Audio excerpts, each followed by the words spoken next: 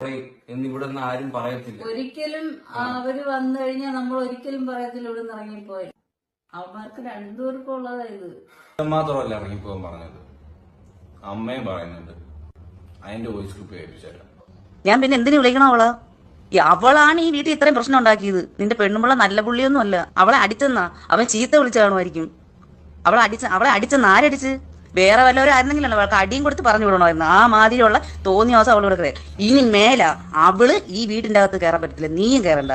നീ എവിടെയാന്ന് വെച്ചോ താമസിച്ചോ. ഇനി മേല നിനക്ക് ചടയമംഗലത്ത് ഇവിടെ നിന്റെ അമ്മയോ നിനക്ക് അച്ഛനോ നിനക്ക് അനിയനോ ഇല്ല. നിനക്ക് കൂടപ്പറപ്പും ഇല്ല, ആരുമില്ല. അപ്പൊ എനിക്ക് വീടുണ്ടില്ലേ മുതലേ? അവരാണ് പറയുന്നത് നിനക്ക് അഡ്രസ്സും ഉണ്ട്, നിനക്ക് വീടുണ്ട്. വീടുണ്ട്, എനിക്ക് അഡ്രസ്സും വീടും എല്ലാം ഉണ്ട്. ഞാൻ അവരെന്നെ ഇറക്കി വിട്ടിട്ടില്ല. ഞാൻ അവിടെ ഇഷ്ടപ്രകാരം ഞാൻ അവിടെ ഇറങ്ങിപ്പോയാണ്.